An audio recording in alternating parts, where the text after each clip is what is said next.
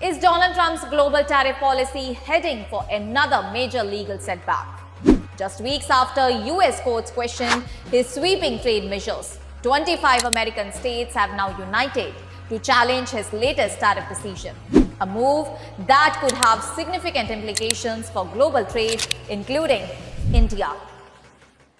Well, in a major legal and political development in the United States, a coalition of 25 Democratic-led states has filed a lawsuit against the Donald Trump administration over its latest round of tariffs that are imposed on imports from 60 trading partners, including India and the European Union. The lawsuit has been filed before the U.S. Court of International Trade in New York and argues that the Donald Trump administration has once again exceeded its legal authority by introducing broad import tariffs despite repeated court setbacks. Well, the latest tariffs announced in July imposed duties ranging from 10 to 12.5% on imports from dozens of nations. And according to the Donald Trump administration, the new tariff structure is aimed at nations that have failed to establish adequate safeguards against goods produced using forced labor. U.S. Trade Representative Jamieson defended the move, saying that the United States has enforced restrictions on forced labor imports for decades and that its trading partners must adopt similar standards. However, the coalition of states argues that the administration is using forced labor as a justification to revive tariffs that courts have already ruled unlawful. New York Attorney General James criticized the move, saying that the administration is once again attempting to illegally raise taxes on American families and businesses over losing previous legal battles.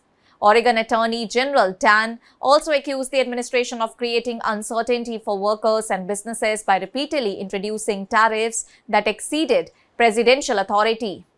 Well, the lawsuit follows a series of judicial setbacks for President Donald Trump. Earlier this year, the U.S. Supreme Court ruled that the International Emergency Economic Powers Act could not be used to impose sweeping global tariffs.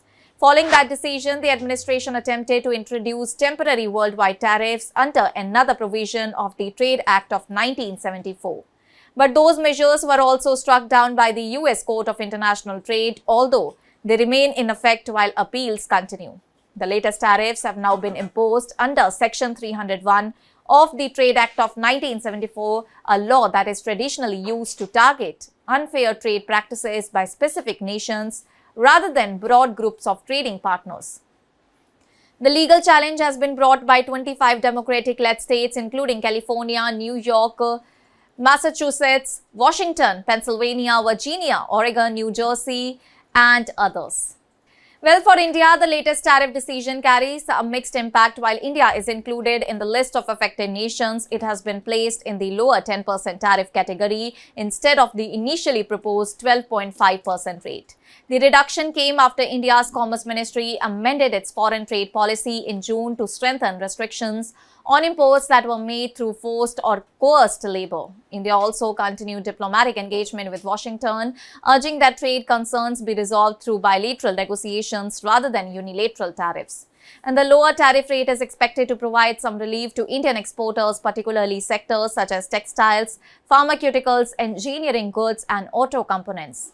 The move also follows Washington's decision to withdraw a separate 25% penalty tariff that is linked to India's purchases of Russian oil, signaling a recent easing of trade tensions between the two nations.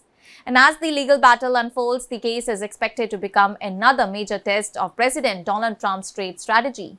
And if the courts once again rule against the administration, it could reshape U.S. tariff policy and have far-reaching consequences for international trade, global supply chains, and key trading partners like India. That's all for now. Stay tuned to the Savera for more updates. Do like, comment, and subscribe to the channel.